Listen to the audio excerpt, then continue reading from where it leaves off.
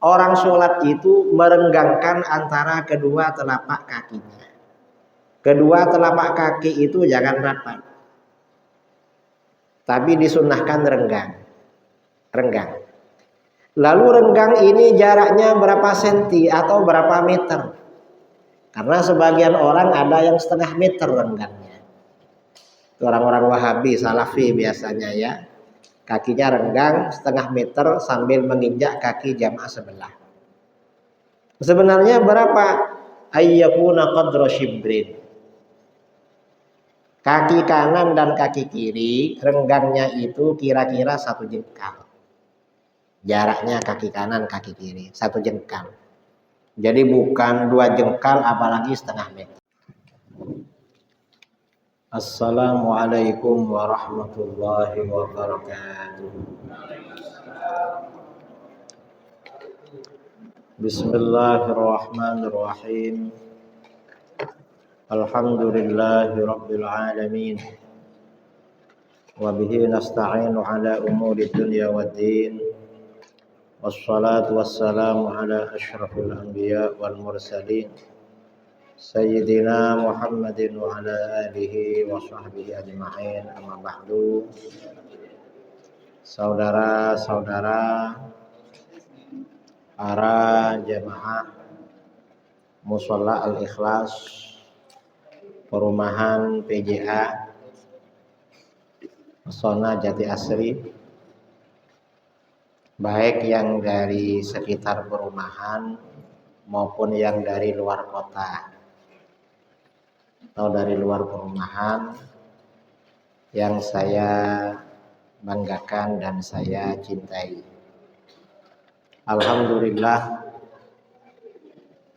pada malam ini kita tetap istiqomah mengadakan kajian rutinan bulanan. Mudah-mudahan ke depan kita terus istiqomah. Setiap bulan paling tidak sebulan sekali ada kajian keilmuan. Minimal ilmu yang memang urgen dan sangat penting untuk kita ketahui dalam menjalani kehidupan di dunia ini, terutama ilmu yang berkaitan dengan ibadah kepada Allah atau ilmu tentang ibadah sholat. Tema pada malam ini seperti yang kita tulis di dalam flyer adalah mengatasi problema kehidupan dengan sholat khusyuk. Tadi ada yang usul pada saya, mestinya bukan problematika kehidupan, karena hidup memang banyak problemnya. Apa? Katanya problematika rumah tangga. Karena di rumah tangga aja ada problem, apalagi dalam kehidupan. Ada yang bilang begitu. Ya gak apa-apa lah. Memang judul yang ada ini kita bikin biar ada judulnya, daripada gak ada judulnya. Nah, kebetulan kajian utama kita ini berangkat dari kitab Khamsumi'ati Sunnatin min Sinanis Shalah ala Madhabil Imam Asy-Syafi'i radhiyallahu anhu. 500 sunnah di antara sunnah-sunnah sholat menurut mazhab Imam Syafi'i. Ternyata sholat itu kalau kita tekuni satu sholat aja, sunnahnya itu minimal 500. Dari 500 sunnah itu, pertama yang kita tahu ada berapa? Itu yang pertama. Yang kedua, yang kita amalkan, kita jalankan berapa? Dan ini kita dari waktu ke waktu harus terus meningkat. Harus ada evaluasi, sholatnya semakin bagus. Mengapa? Karena sholat ini kalau semakin bagus, maka akan membawa pengaruh positif dalam kehidupan kita. Baik kehidupan rumah tangga, kehidupan sosial, maupun kehidupan ekonomi. Orang yang biasanya banyak persoalan, kadang-kadang memang sholatnya gak dipedulikan. Walaupun sholat, pokoknya sholat. Tapi bagaimana sebenarnya sholatnya kurang dipedulikan. Karenanya sholat ini penting untuk kita perdalam, untuk kita lakukan. Dan sholat seperti yang ada di dalam judul flyer ya, yang dibikin oleh Pak Lois. Saya memang nggak tahu kalau bikin acara itu siapa yang saya hubungi. Karena dari awal dulu Pak Lois ya beliau, walaupun pindah ketua atau pindah apa itu. Karena Pak Lois itu kalau di WA langsung balas biasanya. Padahal Pak Lois ini orangnya agak sibuk. Jadi nggak nunggu lama, cepat balas. Jadi enak kalau. Nah, ini sholat ya. Artinya apa? Sholat ini memang bisa kiat yang paling bagus untuk mengatasi problem apapun, termasuk problem rumah tangga. Di dalam kitab-kitab tafsir, kitab-kitab hadis diriwayatkan kalau Rasulullah Shallallahu Alaihi Wasallam idza hazabahu amrun badara ila shalah. Rasulullah itu kalau ada persoalan mendesak, ada persoalan kok berat atau persoalan apa, segera sholat. Mengapa sholat? Karena kunci solusi persoalan itu ada pada Allah. Kita punya persoalan, yang menyelesaikan bukan kita, itu Allah. Dan kita berbicara kepada Allah itu melalui sholat. Karenanya sahabat yang punya persoalan berat disuruh sholat. Suatu ketika, ini cerita dulu ya sebelum memulai kitab sunnah-sunnahnya sholat, agar sesuai dengan judul tema kajian kita. Suatu ketika Rasulullah Shallallahu Alaihi Wasallam mengajar di rumah salah seorang sahabat, ceramah lah atau apa, beri nasihat. Tiba-tiba ada seorang laki-laki, seorang sahabat tunanetra, buta, datang. Lalu laki-laki ini berkata, ya Rasulullah, ud'ullaha ayyakshifa basari. Hai Rasulullah, doakan pada Allah agar Allah menyembuhkan pandanganku, agar aku sembuh dari buta. Jadi ada orang minta sembuh dari buta. Akhirnya apa? Orang ini oleh Rasulullah diberi tawaran, in syi'ta sabarta wa huwa khairun lak wa in syi'ta da'autu. Kalau kamu mau, kamu yang sabar aja, biar terus buta, dan itu lebih baik bagi kamu. Apa lebih baik? Orang ini kalau pandangannya burem, apalagi buta, gak gampang lihat maksiat. Karena walaupun cantik kelihatan burem, apalagi buta kan gak kelihatan. Dan pandangan ini kan bahaya. Jadi kata Rasulullah, kamu buta aja lah, lebih baik katanya. Tapi kalau kamu mau, ya saya doakan. Ternyata kata laki-laki ini justru ingin melihat. Ud'ullah ya Rasulullah, doakan pada Allah biar sembuh dari buta. Karena begitu, akhirnya apa?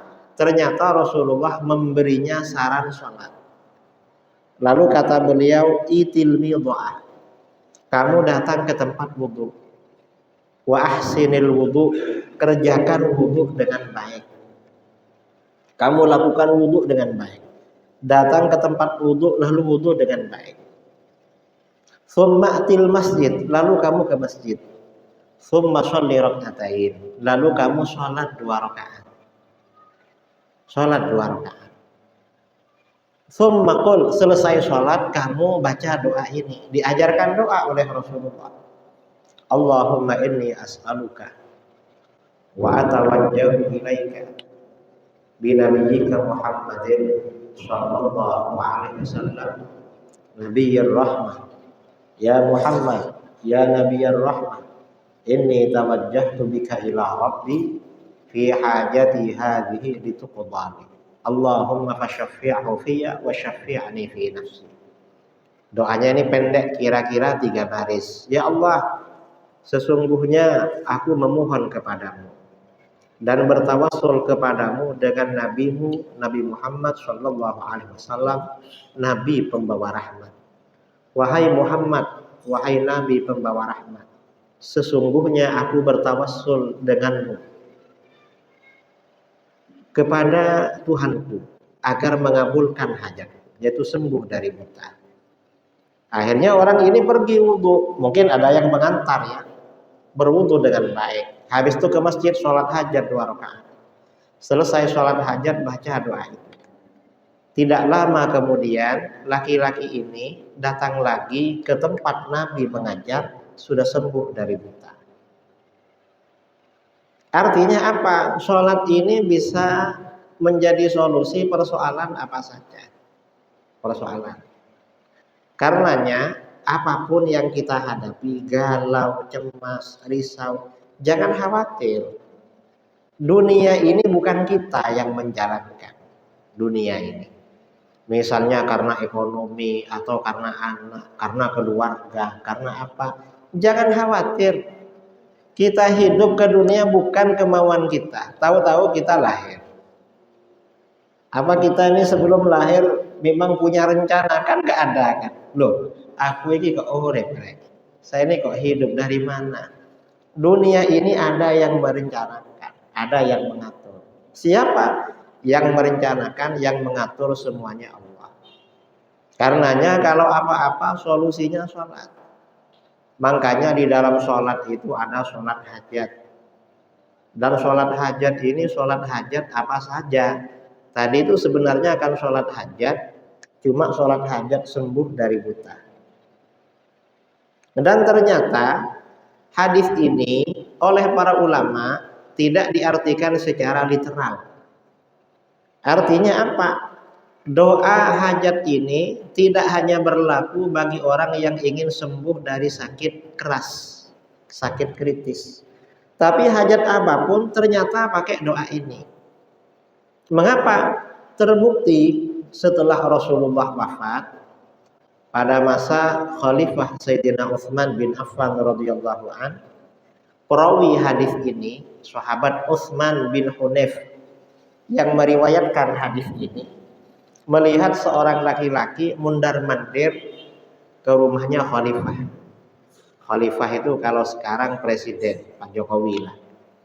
Kalau orang bolak-balik ya ke rumahnya orang, berarti kan ada perlu. Cuma mungkin nggak dibukakan pintu, atau mungkin nggak tahu orangnya nggak ada, atau yang di dalam nggak dengar. Datang lagi, nggak ada yang nyaut, pergi lagi. Akhirnya apa? Orang ini sama Utsman bin Hunayf ditanya, kamu ada perlu apa? Kamu macam ada keperluan, macam ada hajat, mundar-mandir.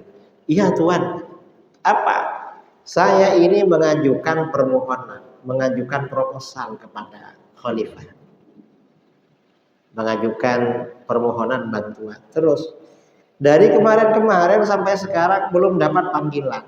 Diterima apa enggak? Lalu kata Utsman bin Hunayf, gini, kamu kalau punya hajat, kamu wudhu dengan baik. Lalu ke masjid, lalu sholat 2 rakaat, lalu baca doa ini. Karena cara ini dulu diajarkan oleh Rasulullah Shallallahu Alaihi Wasallam kepada seorang laki-laki tunanetra, orang buta yang ingin sembuh. Setelah diajarkan cara ini, tidak lama kemudian orang ini mengamalkan, lalu datang ke tempat Rasulullah mengajar, sudah sembuh dari buta. Coba kamu amalkan. Akhirnya apa? Diamalkan. Orang ini segera wudhu, lalu ke masjid, habis itu sholat hajat 2 rakaat, lalu berdoa. Setelah berdoa, datang ke istana, ke rumah Sayyidina Utsman, sampai di depan pintu langsung dibukakan pintu. Habis itu permohonannya, permintaannya, proposalnya dikabulkan oleh Sayyidina Utsman. Nah, artinya apa? Sholat ini penting bagi kita. Makanya sholat ini rukun Islam nomor 2. Yang pertama kan syahadat, yang nomor 2 sholat. Sholat ini bukan hanya sekedar kewajiban bagi kita, tapi memang solusi bagi problematika kehidupan kita. Karenanya apapun yang kita lakukan jangan lupa sholat. Kalau sewaktu-waktu kita dilanda kecemasan, ada perasaan cemas, ada perasaan galau, ada perasaan khawatir, maka sholat. Apakah itu ya sholat hajat, atau kalau punya rencana sholat istikharah, atau kalau merasa berdosa sholat taubat. Saya niat sholat taubat 2 rakaat karena Allah, Allahu Akbar, bertaubat dari dosa. Atau sholat qabliyah, atau sholat ba'diyah, atau sholat tahajud, sholat witir, atau sholat apapun. Itu sholat. Nah, tentu sholat ini harus kita pahami betul-betul apa sebenarnya yang ada di dalam sholat. Kita kalau rukunnya sholat kan sudah maklum. Rukunnya sholat itu ada 17. Ada yang bilang 13. Kalau 13 ada beberapa rukun yang sebenarnya sama dijadikan satu. Kalau 17 berarti diulang-ulang rukun itu. Nah, sekarang ini kita akan membaca tentang 500 amalan sunnah di dalam sholat. Ini kitab syarahnya Bidayatul Minnah fi syarhi 500 sunnah min sunanis shalah ala madhhabil imam asy-Syafi'i bil 'allama Al-Habib Sa'ad Al-Hadrami. Kitab matannya karangannya Habib Sa'ad Al-Hadrami Ba'alawi ya. Habib Muhammad bin Alawi terkenal dengan Habib Sa'ad Al-Hadrami Ba'alawi. Dan beliau ini wafat tahun 2011. Jadi meninggalnya dari sekarang berapa? Baru 13 tahun. Lalu yang menulis syarah ini seorang intelektual muda Indonesia. Siapa? Ustadz Luqmanul Hakim Al-Indonesi Al-Azhari, alumni Azhar. Sekarang tinggal di Jakarta dan kebetulan kitab ini hadiah dari penulisnya. Saya dari kemarin-kemarin rutinan di musola ini mikir-mikir orang nih mau dikasih apa. Wes kita baca bab sholat lah sampai tuntas. Agar sholat kita ya sholat saya terutama sholat saudara sempurna. Sholat keluarga kita sempurna. Nah, mari kita baca ya. Sebelum kita baca, kita kirim Fatihah kepada guru-guru kita. La hadratin Nabi sallallahu alaihi wasallam wa alihi wa ashabihi wa azwajihi wa dhurriyyatihi. Anallaha yu'li darajatihim fil jannah wa yanfa'una bi asrarihim wa anwarihim wa 'ulumihim fid din wad dunya wal akhirah. Waj'alna min hizbihim yarzuqna mahabbatahum wa tawaffana 'ala millatihim wa yahsyuruna fi zumratihim. Al-Fatihah. A'udzu billahi minasy syaithanir rajim. Bismillahirrahmanirrahim. Alhamdulillahi rabbil alamin arrahmanir rahim maliki yaumiddin. Iyyaka na'budu wa iyyaka nasta'in ihdinas siratal mustaqim. Siratal ladzina an'amta 'alaihim ghairil maghdubi 'alaihim waladdallin. Amin. Al-Fatihah. La ruhi sayyidina al-Imam Asy-Syafi'i wa la ruhi sayyidah Nafisah wa la ruhi sayyidina al-Imam Ghazali wa la ruhi sultan awliya Syekh Abdul Qadir Jailani وسيد الحبيب عبد الله بن علي الحداد وصولهم وفروعهم وذوي الحقوق عليهم أجمعين. أن الله يغفر لهم ويرحمهم ويعلي درجاتهم في الجنة وينفعنا بأسرارهم وأنوارهم وعلومهم في الدين والدنيا والآخرة. الفاتحة. أعوذ بالله من الشيطان الرجيم. بسم الله الرحمن الرحيم. الحمد لله رب العالمين الرحمن الرحيم مالك يوم الدين. إياك نعبد وإياك نستعين اهدنا الصراط المستقيم صراط الذين أنعمت عليهم غير المغضوب عليهم ولا الضالين. آمين. الفاتحة لأرواح الأولياء والشهداء والصالحين والأئمة الراشدين والعلماء العاملين ثم لأرواح مشايخنا خصوصا لأرواح مؤلف الكتاب الحبيب سعد الحضرمي وأصوله وفروعه وشيوخه وتلاميذه وذوي الحقوق عليهم أجمعين. أن الله يغفر لهم ويرحمهم ويعلي درجاتهم في الجنة وينفعنا بأسرارهم وأنوارهم وعلومهم في الدين والدنيا والآخرة. الفاتحة. أعوذ بالله من الشيطان الرجيم. بسم الله الرحمن الرحيم. الحمد لله رب العالمين الرحمن الرحيم مالك يوم الدين. إياك نعبد وإياك نستعين اهدنا الصراط المستقيم صراط الذين أنعمت عليهم غير المغضوب عليهم ولا الضالين آمين. الفاتحة لأرواح آبائنا وأمهاتنا وجداتنا وجداتنا وإخواننا وأخواتنا وأعمامنا وعماتنا وأخوالنا وخالاتنا وأصهارنا وذوي الحقوق علينا وعليهم أجمعين أن الله يغفر لهم ويرحمهم ويعلي درجاتهم في الجنة وينفعنا بأسرارهم وأنوارهم وعلومهم في الدين والدنيا والآخرة. الفاتحة. أعوذ بالله من الشيطان الرجيم. بسم الله الرحمن الرحيم. الحمد لله رب العالمين الرحمن الرحيم مالك يوم الدين إياك نعبد وإياك نستعين اهدنا الصراط المستقيم صراط الذين أنعمت عليهم غير المغضوب عليهم ولا الضالين آمين. الفاتحة بنية القبول تمام كل سؤل ومعمول وصلاح الشأن ظاهرا وباطنا في الدين والدنيا والآخرة دافعة لكل شر جالبة لكل خير لنا ولوالدينا وأحبابنا مشايخنا في الدين مع اللطف والعافية مع الآنية أن الله ينور قلوبنا وقوالبنا مع الهدى والتقى والعفاف والموت على دين الإسلام والإيمان بلا محنة ولا امتحان بجاه سيد ولد عدنان جامعة لكل يد صالحة وإلى حضرة النبي صلى الله عليه وسلم. الفاتحة. أعوذ بالله من الشيطان الرجيم. بسم الله الرحمن الرحيم. الحمد لله رب العالمين الرحمن الرحيم مالك يوم الدين إياك نعبد وإياك نستعين اهدنا الصراط المستقيم صراط الذين أنعمت عليهم غير المغضوب عليهم ولا الضالين آمين. قال المؤلف رحمه الله ونفعنا به وبعلومه في الدارين آمين. Muallif di sini berkata sunanus sholat, sunnah-sunnah sholat. Sunnah-sunnah ini mencakup sebelum sholat, menjelang sholat maupun di dalam sholat. Lis-sholati sunanun katsiratun nadhkuru minha khamsami'ati sunnatin faqat. Sholat ini banyak memiliki sunnah, banyak pekerjaan-pekerjaan sunnah di dalam sholat. Akan kami sebutkan di sini 500 saja. Berarti lebih 500 sebenarnya. Karenanya sebagian ulama mengatakan kalau sholat 4 rakaat itu sunnahnya kira-kira 600. Kalau dikerjakan semua ada yang mengatakan sampai 1000 sunnah di dalam sholat.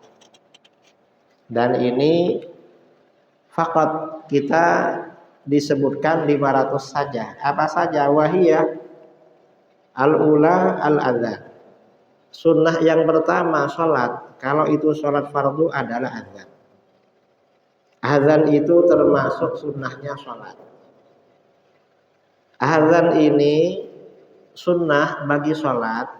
Itu apakah hanya di musola berjamaah atau juga sendiri? Sama-sama sunnah.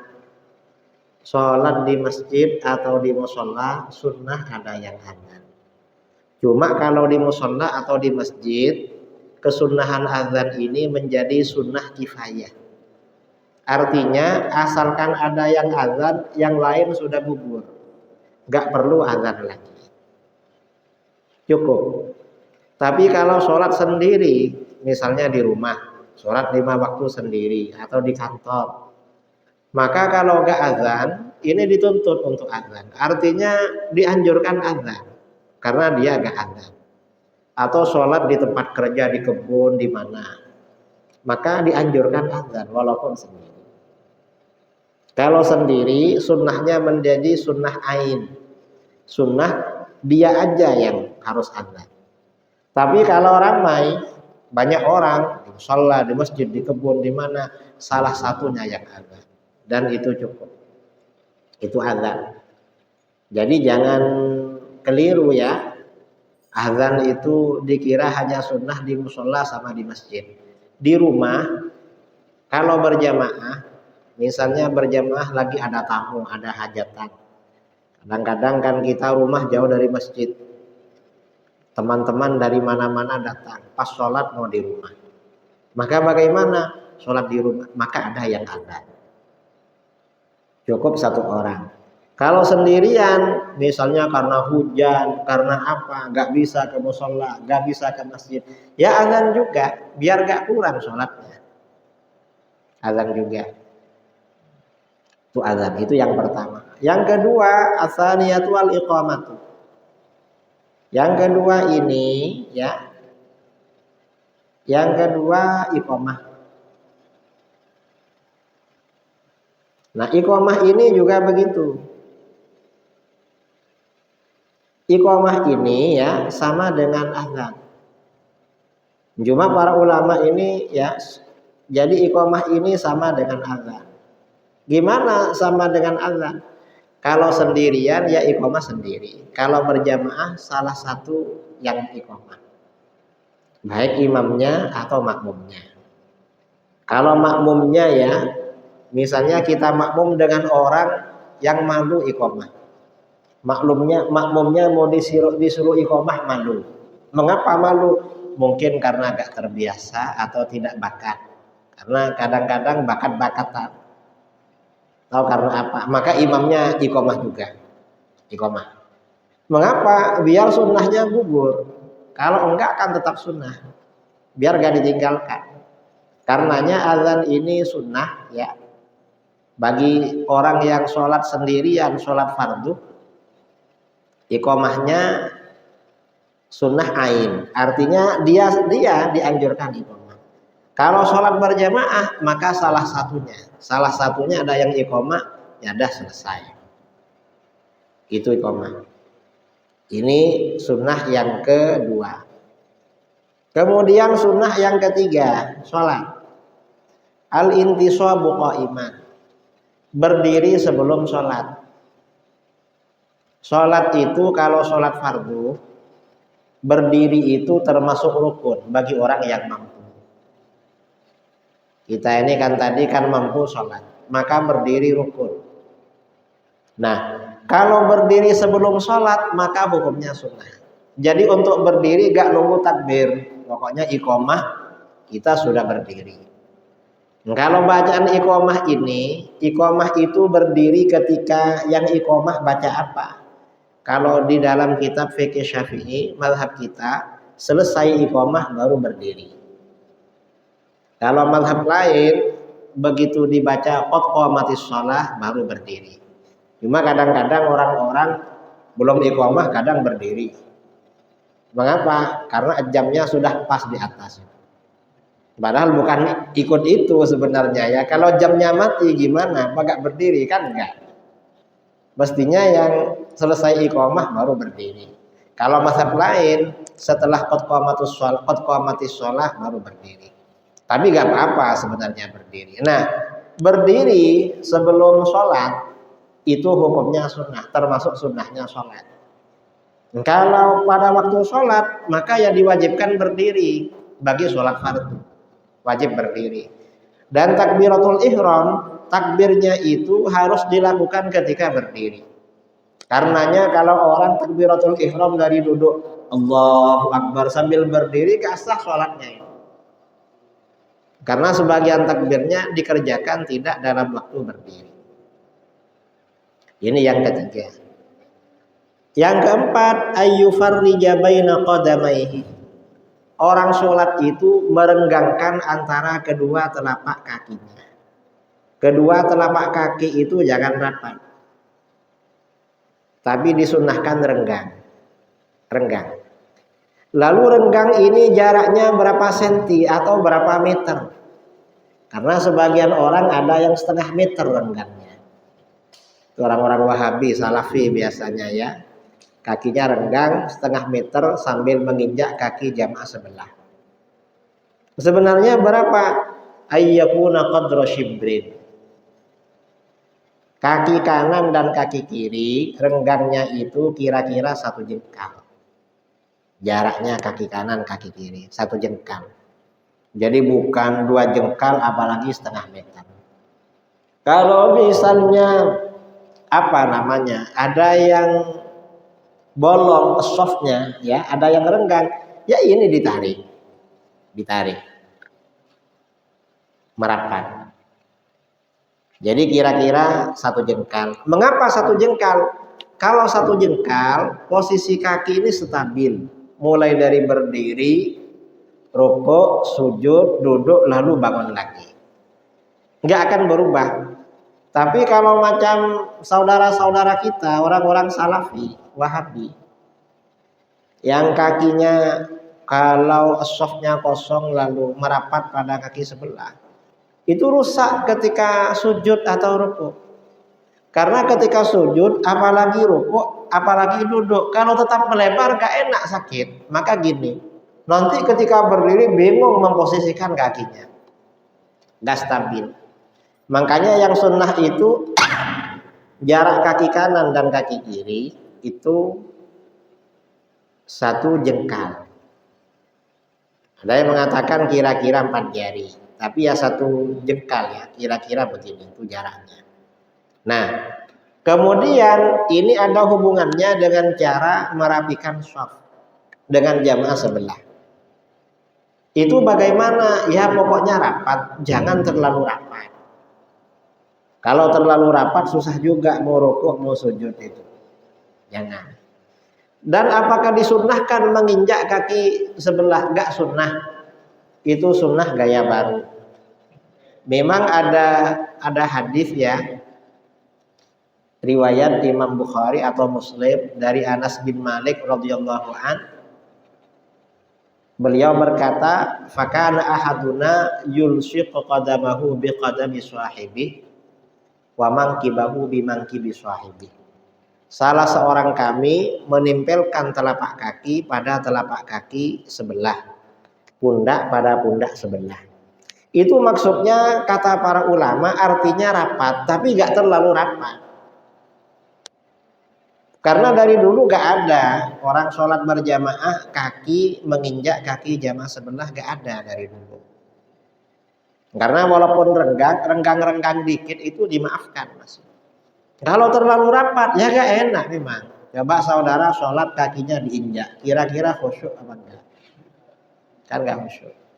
Saya pernah ya sholat bukan di sini, ada dekat masjid baru di daerah sini di selatan ya. Ada rumah makan yang baru itu sana, terus masuk sini sholat. Pas sholat ada jamaah sebelah ini nginjak kaki. Akhirnya saya menghindar. Ternyata kakinya mengejar lagi. Wah ini kok mengejar ini, ganggu sholat aja. Akhirnya rakaat berikutnya saya menghindar lagi, ngejar lagi. Sampai keempat kali ngejar, karena saya menghindar akhirnya gak ngejar lagi. Mungkin capek, mungkin sudah terlalu lebar mungkin kakinya. Gak perlu begitu itu, gak perlu. Kalau mau rapat ya rapat dengan badannya. Dan gak perlu kaki itu nempel. Karena yang di dalam hadis menempel itu kata para ulama itu narasinya seakan-akan menempel, tapi agak menempel.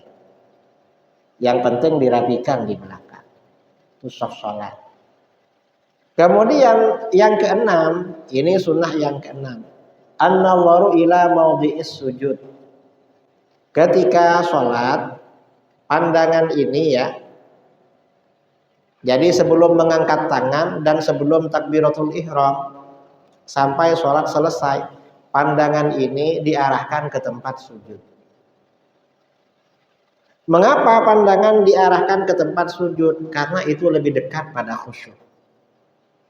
Dan tidak dianjurkan ketika takbiratul ihram, malah tidak baik ya. Kalau takbiratul ihram angkat tangan, kepalanya sambil diangkat. Allahu Akbar, itu gak baik. Jadi pandangan ini agak nunduk sedikit ya. Pandangan agak menunduk, fokus ke tempat sujud. Kecuali kalau di tempat sujud ada gambar yang mengganggu. Ada gambar yang mengganggu, maka bagaimana? Maka pejam kalau terganggu khusyuk. Dan jangan melihat ke depan. Kalau saudara melihat ke jamaah depan, payah nanti. Payahnya apa? Misalnya ada jamaah sebelah di depan, sarungnya bolong, auratnya kelihatan, saudara dijamin gak khusyuk. Kalau ada jamaah bolong kan wajib ngasih tahu habis itu. Kalau nggak ngasih tahu berdosa. Yang enak nggak lihat biar nggak tahu. Kau usah lihatlah ke tempat sujud. Itu sholat. Jadi nggak lihat ke depan dan nggak lihat ke samping, nggak lihat ke atas. Dan itu sejak sebelum takbir memang. Jadi bukan kadang-kadang ya sebagian orang Allahu Akbar ada yang begitu. Itu nggak bagus itu. Cara sholat yang tidak bagus. Karena memang fokus ke tempat sujud. Nah, tempat sujud ini tempat paling mulia dan paling mudah. Karenanya orang itu makruh kalau sholat pandangannya dibagi-bagi kemana-mana. Siapa ya? Gak batal sebenarnya sholatnya misalnya sambil lirik. Gak batal, tapi makruh sholatnya. Mengapa? Dijamin gak khusyuk kalau begitu.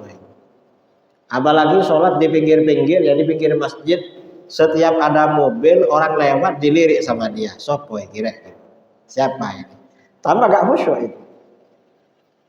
Ini sholat. Makanya sholat tuh yang bagus ya memang di depan ya, apa di tempat khusus, kira-kira fokus gak terganggu. Kemudian makruh juga kalau sholat itu lihat ke atas. Sambil sholat lihat ke atas itu makruh. Atau makruh juga kalau sholat lihat ke depannya, ke jamaah yang di depan. Atau misalnya karena masjidnya masjid baru, dinding di depan ada bacaan-bacaan, sambil baca tulisan di depan. Itu makruh juga. Jadi yang sunnah itu ketika sholat pandangan diarahkan ke tempat sujud, bukan ke tempat yang lain. Itu agar lebih khusyuk. Nah, kemudian ya, yang ketujuh, sunnah yang ketujuh ya, ayyudiman nawwara ila maudhi'is sujud fi jami'i sholatihi haitsu fataha alaihi. Dia terus memandang ke tempat sujud. Pandangan ke tempat sujud ini terus menerus dilakukan ya dalam semua sholatnya selama dia membuka pandangan. Selama pandangan terbuka, memang lihatnya ke tempat sujud, gak lihat kemana-mana di dalam sholat. Selama pandangan dibuka. Jadi gimana dia melihat ke tempat sujud sejak memulai takbiratul ihram dan diteruskan sampai ke akhir sholatnya. Karenanya kalau meninggalkan memandang tempat sujud itu hukumnya khilaful aula. Khilaful aula itu artinya menyalahi yang lebih utama, meninggalkan sesuatu yang lebih utama. Yang lebih utama melihat ke situ, ini kok lihat kepada yang lain. Jadi begitu. Kecuali ya kalau sholat malam atau sholat bulan Ramadan atau qiyamul lail bagi orang yang ingin menghatamkan Al-Quran dalam sholat dan dia gak hafal Quran, gak apa-apa lihat mushaf. Misalnya sholat tahajud ya, sholat tahajud ingin baca surat Yasin, baca apa? Tadinya mau tidur belum baca surah Tabarok, dibaca dalam tahajudnya. Karena gak hafal sambil pegang Al-Quran, itu gak apa-apa. Karena ada hajat, gak makruh. Dan baca Al-Quran itu yang paling afdol kan di dalam sholat. Baca Quran di luar sholat itu afdol, tapi di dalam sholat lebih afdol lagi. Kalau misalnya gak sempat, ada orang tiap habis isya baca Yasin, baca Waqiah, Tabarok. Karena apa? Gak sempat langsung tidur, malamnya tahajud. Ini baca Yasin dulu apa sholat dulu? Ya sholat aja baca di dalam, biar 2 kali lipat. Ini yang dilihat di dalam sholat ya. Walau kana a'ma au fi zulmatin, walaupun yang sholat itu orangnya buta, tetap arahnya ke tempat sujud. Atau dia sholat di tempat yang gelap, disunnahkan ke tempat sujud. Dia sholat di kamarnya digelapkan, dimatikan, tetap pandangannya ke tempat sujud. Karena itu hukumnya sunnah. Kecuali illa fi halati syiddatil khauf wal aduwwu amamahu fayanzuru ila jihati. Kecuali dalam kondisi sangat takut, kondisi perang, misalnya umat Islam di Gaza, perang dengan Israel, waktunya sholat, musuh kayaknya dari sana, maka jangan lihat ke tempat sujud, lihat ke arah musuh. Nanti dia muncul langsung ditembak. Karena itu dalam kondisi sangat takut. Kecuali juga apabila di tempat sujudnya ada gambar yang mengganggu. Misalnya sholat di masjid atau di mana kok ada gambar indah sekali dan hilang khusyuk. Maka bagaimana? Maka tidak melihat ke tempat sujudnya, tetapi memejamkan pandangannya.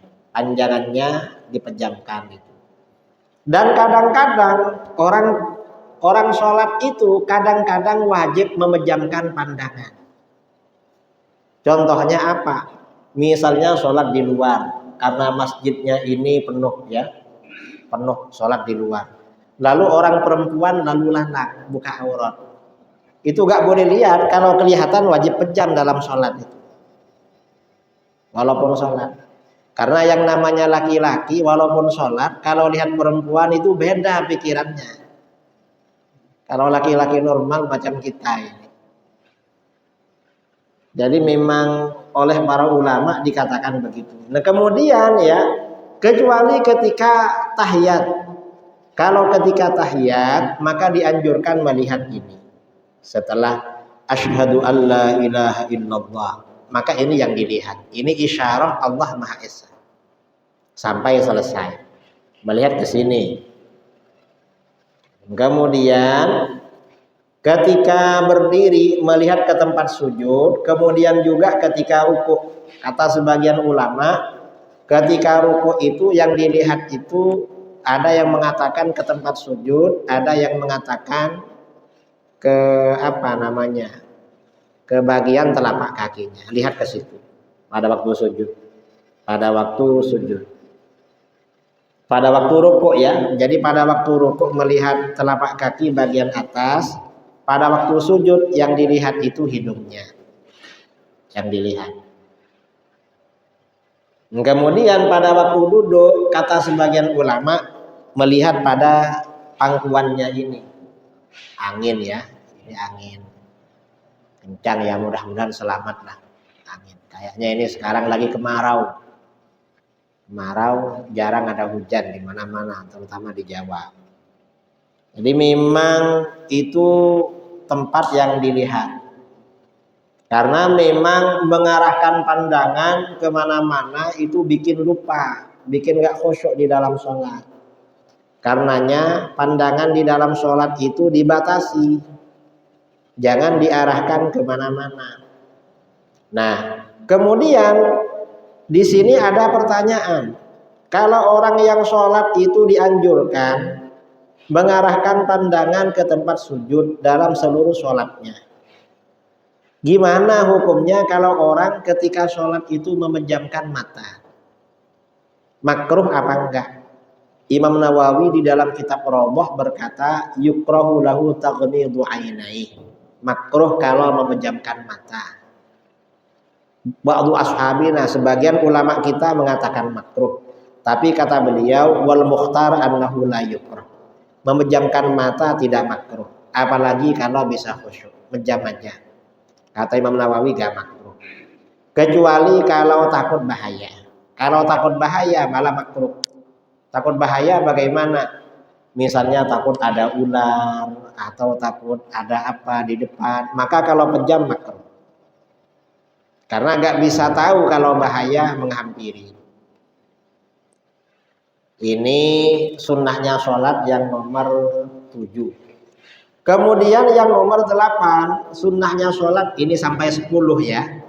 Kalau 500 dibagi 10 ini berapa bulan nanti? Mungkin 2 tahun lah selesai. Mudah-mudahan panjang umur ini. Mudah-mudahan sampai selesai panjang umur. Kan nggak tahu kapan. Yang ke-8, itraqur ra'si qalilan. Orang sholat ini sunnah menundukkan kepala sedikit. Jadi enggak, ya memang kaki ke atas ini lurus tegak. Ya, tegak. Cuma kepala nunduk sedikit. Mengapa menunduk? Agar pandangan ini mengarah ke tempat sujud. Tidak memandang ke depan. Itu ketika sholat. Jadi sunnah ya, setelah berdiri itu ya memang menunduk sedikit. Dan itu lebih dekat kepada tawadhu, kepada rendah hati, rendah diri di hadapan Allah. Kemudian yang ke-9 siwak. Sebelum sholat itu siwak dulu. Sebelum sholat. Nah, sekarang ini siwak ini termasuk enteng. Mengapa? Karena siwak biasanya di kamar mandi pakai sikat. Tapi kalau pakai sikat gigi itu sudah siwak juga. Cuma siwak masih lama kan mau sholat. Kalau sebelum sholat itu sunnah baru itu. Bawa siwak itu. Dan siwak ini paling mudah tertinggal biasanya. Ada nanti tertinggal. Kemudian yang 10 ya, ini 10 aja ya. Setelah ini atau berapalah. Ini mirip-mirip. Yustahabbu lirrajul al yusalliya fi thawbain qamisin warida. Seorang laki-laki dianjurkan sholat dalam 2 pakaian, yaitu gamis, kemudian ada selendang. Jadi memang dianjurkan selain baju begini, lalu ada gamis. Memang bajunya 2 lapis sampai ke bawah. Au izarin wasarawil. Atau kalau bukan gamis sama selendang, maka sarung dan celana. Jadi ada celana, kemudian di luarnya ada sarung, celana dalam. Mengapa? Kalau cuma sarung nggak ada celana, nanti pada waktu sujud khawatir ada apa-apa, kelihatan atau robek atau bagaimana. Itu bagi laki-laki sunnah, minimal itu pakaiannya 2. Tapi ini rata-rata 3 kayaknya ya. Karena masih pakai celana, ada celana dalam, udah 2 ya. Bajunya ada baju, ada kaos dalam di dalam. Itu sudah memenuhi sunnah. Fa in iktasara ala satiril aurah jazah. Kalau membatasi pada penutup aurat maka boleh. Wastuhibba ayyadha ala atikihi syai'an, dan disunnahkan meletakkan sesuatu pada pundaknya. Misalnya kalau punya tetangga pulang umroh atau pulang haji, lalu kita ziarah dikasih sorban, itu jangan dijadikan pusaka, jangan dijadikan jimat. Dijadikan jimat gak pernah dibuka, sehingga ketika dibuka bertahun-tahun masih bawa. Dari siapa? Dari haji itu. Kapan? 5 tahun lalu. Itu dibawa sholat, ditaruh di sini. Naruh gini aja sudah sunnah itu. Sudah dapat pahala, cuma naruh. Mengapa sunnah? Karena kalau di pundak ini ada sesuatu lebih gagah daripada gak ada sama sekali. Lebih gagah. Ini bagi laki-laki ya. Kalau bagi perempuan, amal mar'ah fatusfal mustahabbu laha antusalli fi thalathati aswab. Kalau perempuan itu yang sunnah bajunya 3 lapis. 3 lapis.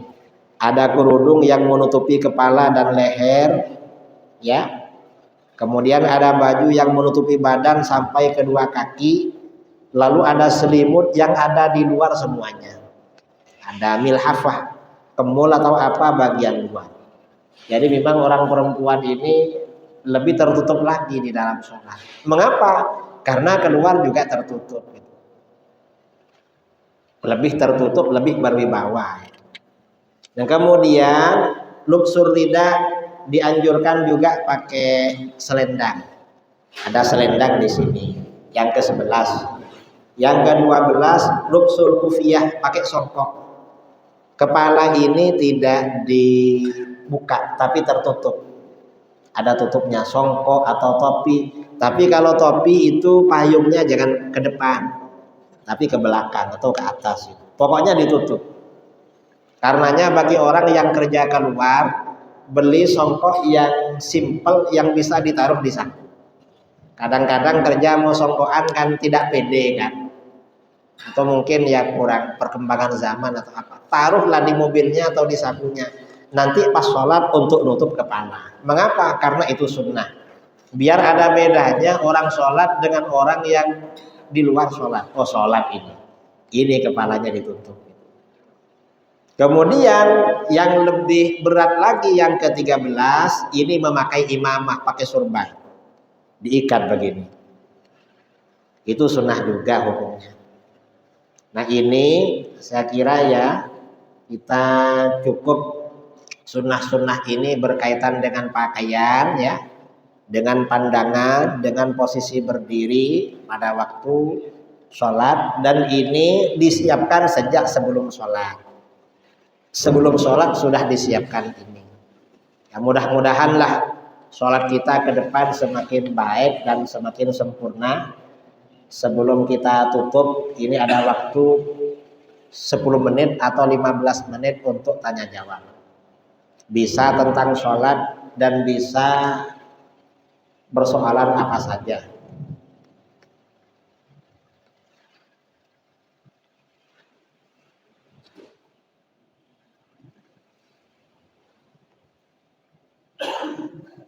Ya.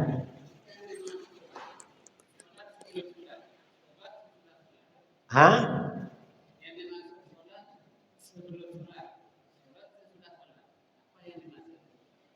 Sholat sebelum sholat itu artinya ya sholat qobliyah. Sebelum sholat isya ada qobliyah isya, mungkin itu. Setelah sholat lagi itu namanya sholat ba'diyah. Artinya kita sholat terus.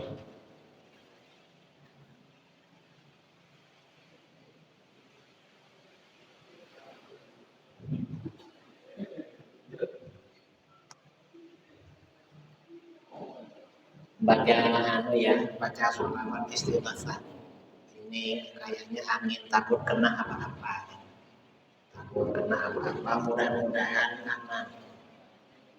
aman. Kita baca sholawat nariyah bareng-bareng. Bismillahirrahmanirrahim.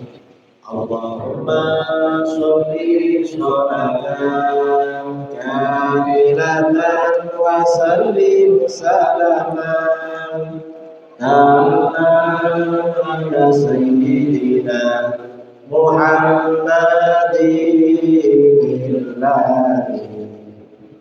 tanhalu bihil uqadu wa tanfariju bihil qurabu wa tuqta bihil hawaiju wa tunalu bihil ghaibu wa husnul khawatimi wa yustasqal wa ma'akum biwajhil karim wa ala alihi wa sahbihi fi kulli lamhati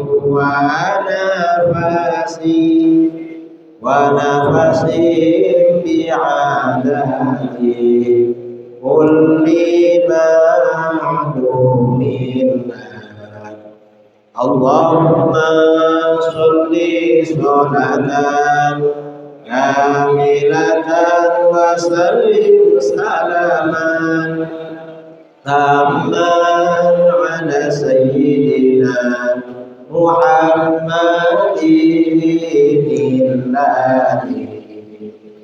tanhalu bihil uqadu wa tanfariju bihil qurabu wa tuqadha bihil hawaiju wa tunalu bihil ghaibu wa husnul khawatimi wa yustasqal wa ma'amu biwajhil karim wa ala alihi wa sahbihi fi kulli lamhati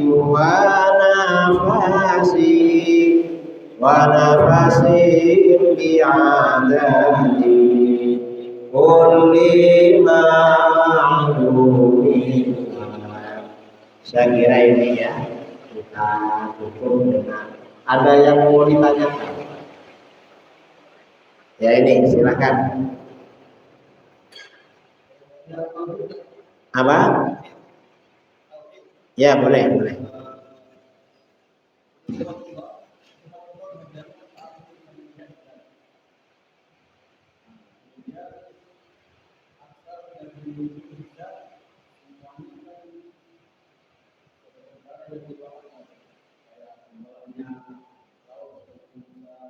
Mukjizat itu memang di luar akal, tetapi bagi Allah minal jaizat, minal mungkinat. Jadi kekuasaan Allah, Allah Maha Kuasa. Kuasa pada apa? Sesuatu yang mungkin menurut Allah, bukan mungkin menurut manusia. Kalau cuma mungkin menurut manusia, berakibat pada pengingkaran mukjizat.